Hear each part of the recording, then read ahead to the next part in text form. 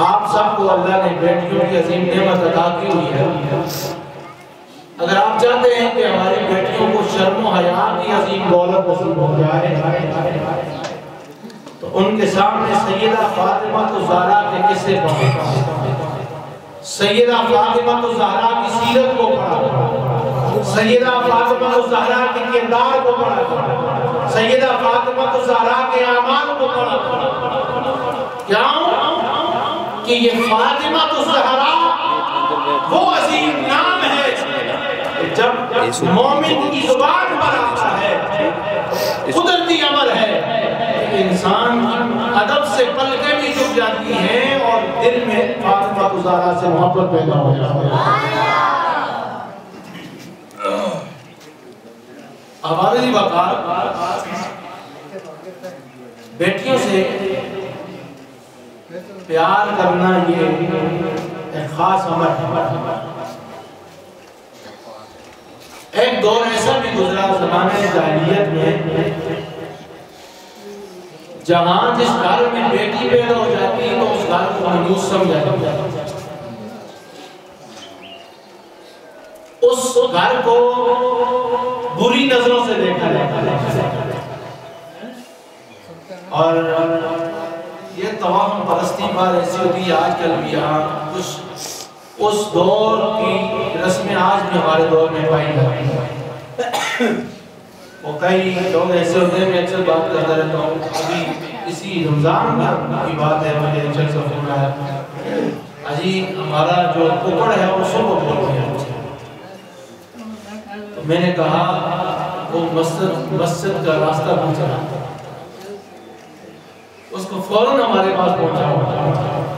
اگر تم گھر میں نہیں رکھ سکتے تو فوراً ہمارے پاس. یہ توہم پرستی ہے کہ فلاں چیز فلاں وقت میں بول گئی تو یہ ہو جائے گا، فلاں چیز فلاں وقت میں بولی تو یہ ہو جائے گا. اللہ کے بندو، اسلام ان چیزوں پر بالکل یقین نہیں رکھتا. اسلام ان چیزوں سے بری ہے، مبرہ ہے، پاک ہے، صاف ہے. اسلام سچا عقیدہ ہے جو اللہ اور اللہ کے رسول نے ہمیں عطا کیا ہے. اس لیے فرمایا ان الدین عند اللہ الاسلام، لوگوں تمہارے پاس جو دین ہے اللہ کے ہاں سب سے پسندیدہ دین وہ اسلام ہے. اسلام اس توہم پرستی کو نہیں مانتا. آپ میری بات سمجھے کہ نہیں؟ اسی طرح کی توہم پرستی اس دور میں پائی جاتی تھی کہ جب بچی گھر میں پیدا ہو تو اس گھر کو نحوست والا گھر سمجھا جاتا ہے، منحوس سمجھا جاتا ہے. یہاں میرے ذہن میں ضمن یہ بات آ گئی، حضرت سعصع ناجیہ یہ حضور کے ایک صحابی یہ ابھی مسلمان نہیں ہوئے تھے. آپ جب حضور علیہ السلام کی بارگاہ میں اسلام لانے کے لیے آئے تو آ کر حضور علیہ السلام کو اپنا واقعہ سنا ہے. اور وہ واقعہ اگر آپ سنیں گے تو یقیناً دل بہل جائیں گے اور آپ کا دل پسیج جائے گا. آپ فرماتے ہیں کہ میں ایک مرتبہ زمانہ جہالیت میں میں گما ہوا، میرا جو اونٹ گم ہو چکا تھا اس کی تلاش میں نکلا تو ایک جگہ گیا تو ایک جھونپڑی ہے، گھر ہے، وہاں میرا پڑاؤ ہوا، وہاں ایک بزرگ بیٹھا ہوا ہے تو آگ جلائے ہوئے بیٹھا ہوا ہے. میں اس کے پاس گیا اور آگ سینکنے لگا تو باتیں لگ گئی تو وہ اس کی بیوی اندر درد ذہ میں مبتلا تھی، اس حالت میں جس وقت بچہ پیدا ہو رہا ہو وہ حالت تھی. اور یہ باہر سے آواز دے رہا ہے کہ اگر بیٹا پیدا ہو تو مجھے خبر دینا، اگر بیٹی پیدا ہو تو مجھے خبر نہ دینا، بلکہ گھر کی پچھلی طرف میں نے گڑا ٹھوکا ہوا ہے اس میں دفن کر کے مجھے بتا دینا میں نے دفن کر دیا. حضرت سعصع فرماتے ہیں میں نے جب یہ بات سنی اس کی تو میرا دل نرم ہو گیا، میرا دل میں پیار جاگا، میرے دل میں بیٹی کی محبت جاگی. میں نے کہا اللہ کے بندے تو ایسا سودا نہ کر، چل ایک سودا کرتے ہیں کہ اگر بیٹی پیدا ہو جائے تو جو میرا اونٹ گما ہوا ہے وہ مل گیا ہے، وہ اونٹ تو لے لے اور ایک اونٹ کے بدلے یہ بیٹی مجھے دے دیں۔ ابھی آپ کہتے ہیں میں اسلام نہیں لایا، اسلام سے پہلے کی بات ہے۔ آپ فرماتے ہیں میں نے وہ ایک بیٹی ایک اونٹ کے بدلے میں لی، گھر آیا اس کو پالنے لگا، یہاں تک کہ وہ میری داڑھی کے ساتھ کھیلنے لگی، مجھ سے پیار کرنے لگی، میرے ساتھ محبت کرنے لگی۔ آپ فرماتے ہیں مجھے نشہ چڑھ گیا، مجھے محبت پیدا ہو گئی، اب میں ان قبیلوں کو ڈھونڈتا، ان بستیوں میں جاتا جہاں بچیوں کو زندہ برباد کیا جاتا تھا۔ کہتے ہیں میں جا کر وہاں پیدا ہونے والی بچی کو اونٹ دے کر لے لیتا،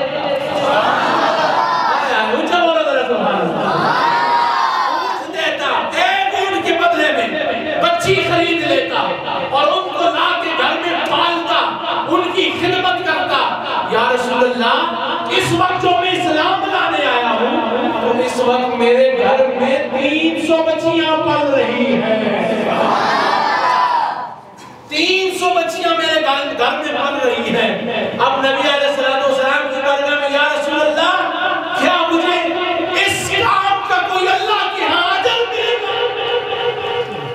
کیا اللہ مجھے کوئی اجر دے گا؟ تو میرے مصطفیٰ نے ساسا ناجیہ کو سینے سے لگا کے فرمایا اور ساسا اس سے بڑا اجر اور کیا ہے کہ اللہ نے تجھے دولت ایمان عطا کر دی ہے۔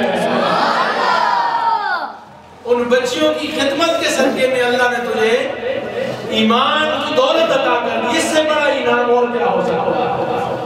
تو لوگوں دیکھو تو صحیح، اگر اوروں کی بچیوں کو لے کے پالنے والے کا یہ مقام ہے، اللہ اس پہ کتنا کرم کرتا ہے، تو اپنی بچیوں پہ شفقت رکھنے والے پر اللہ کتنا کرم کرتا ہے۔ یہ بات ذہن میں آ گئی، سیدہ طیبہ طاہرہ سیدہ فاطمہ الزہرا، آپ میرے مصطفیٰ کی بیٹی ہیں، مجھے بولے نا، میرے حضور کی بیٹی ہے، آقا جی کی بیٹی ہے، ساری کائنات کی بیٹیوں کو عزت دینے والے نبی کی بیٹی ہے، تو مقام کیا ہے باپ کی نظر میں؟ اب مقام سنو، وہ میرے مصطفیٰ کے لب مبارک کھلے فاطمہ الزہرا کے بارے میں، تو میرے مصطفیٰ نے کیا ہی خوب جملہ کہا، محبت بھرا جملہ کہا، الفت بھرا جملہ کہا، اور ایسا جملہ کہا کائنات میں قیامت تک آنے والے والدین کو یہ سبق دے دیا، لوگوں بیٹیاں بوجھ نہیں ہوتی، بیٹیاں جگر کا ٹکڑا ہوا کرتی ہیں۔ اب حضور نے کیا فرمایا؟ فاطمہ تو بضعۃ منی، فاطمہ میرے جگر کا ٹکڑا، اونچا بولو سبحان اللہ، کیا فرمایا؟ فاطمہ میرے، اونچا بولو، فاطمہ میرے جگر کا ٹکڑا ہے۔ کون فرما رہا ہے؟ یہ میرے حضور فرما رہا ہے، فاطمہ میرے دل کا ٹکڑا ہے، اونچا بولو سبحان اللہ، فاطمہ میرے دل کا ٹکڑا ہے، فاطمہ میرے دل کا ٹکڑا ہے۔ وہ دل جس کے بارے میں رب نے کہا نزل علی قلبک، اس دل پہ ہم نے قرآن اتارا، سبحان اللہ، اونچا بولو ذرا سبحان اللہ، مزہ ہے کہ اللہ نے قرآن میں کہا، قرآن جب اترنے کی باری ہے، فرمایا لو انزلنا هذا القرآن على جبل لرأيته خاشعا متصدعا من خشیۃ اللہ، اگر ہم اس قرآن کو پہاڑوں پہ اتاریں تو وہ قرآن، اس کا وزن قرآن کا وزن پہاڑ نہیں برداشت کر سکیں گے، یہ خشیت الہی سے ریزہ ریزہ ہو جائیں گے۔ لیکن اللہ نے قرآن میں مصطفیٰ کے سینے پہ نازل کیا، اس دل پہ قرآن نازل کیا۔ یہ آج نسبت بنا رہا ہوں، وہ نسبت خاص نسبت بنا رہا ہوں، خاص نسبت بنا رہا ہوں، اسی لیے تو میں کہتا ہوں کہ ذرا یہ بات سمجھ لیں، خدا کی عزت کی قسم، اہل بیت سے نہ قرآن جدا ہے، نہ قرآن سے اہل بیت جدا ہے، یہ لازم اور ملزوم ہے۔ اگر آپ قرآن کا دعوت، اسی لیے حضور نے فرمایا میں دو چیزیں چھوڑ کے جا رہا ہوں، ایک آخری اہل بیت چھوڑ کے جا رہا ہوں اور ایک قرآن چھوڑ کے جا رہا ہوں۔ کیا مسئلہ ہے کہ کیوں ان کو جوڑ کے رکھا؟ حضور فرماتے ہیں تم ان سے جڑے رہو گے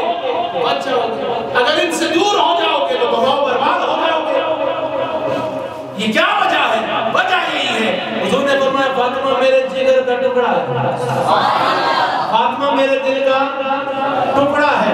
اسی دل پر اللہ نے قرآن نازل کیا۔ جس دل کا ٹکڑا فاطمہ ہے، جس دل کا ٹکڑا فاطمہ ہے، اس دل پہ اللہ نے قرآن نازل کیا۔